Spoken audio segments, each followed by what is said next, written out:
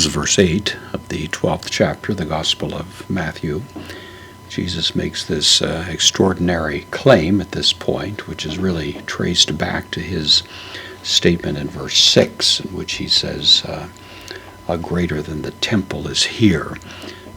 And of course he's referring to himself as the greater temple, the true temple, as the New Testament emphatically insists. And then he tells the religious leaders that have been challenging him that if they had understood this, that they would have also understood the principle that comes from the Old Testament book of Hosea, desire mercy on top of or above sacrifice, and then he culminates it with this declaration. So we have kurios, the word for Lord, meaning the authority here, Lord, gar, postpositive, for Lord, esten, from me, I am, third person singular, present active indicative, for Lord, he is Lord.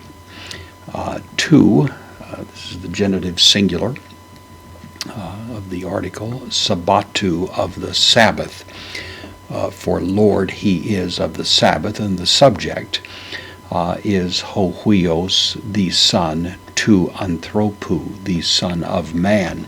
Of course, Jesus' favorite title for himself, uses it repeatedly, and certainly at least part of what he's doing, the reason he's using that title is because of the significant presence of that phrase in the Old Testament book of Daniel, where we have this rather exalted being, apparently deity is the way it's described there, coming to the Ancient of Days. And now Jesus not only has identified himself with that character, but certainly at this point claims extraordinary authority for this character. So Lord, he is of the Sabbath, the Son of Man. And that, as I say, ties back to verse 6, where he said a greater than the temple, indeed a greater than the Sabbath is here. It's really leaving no ambiguity as to the claims and the authority that Jesus makes concerning himself.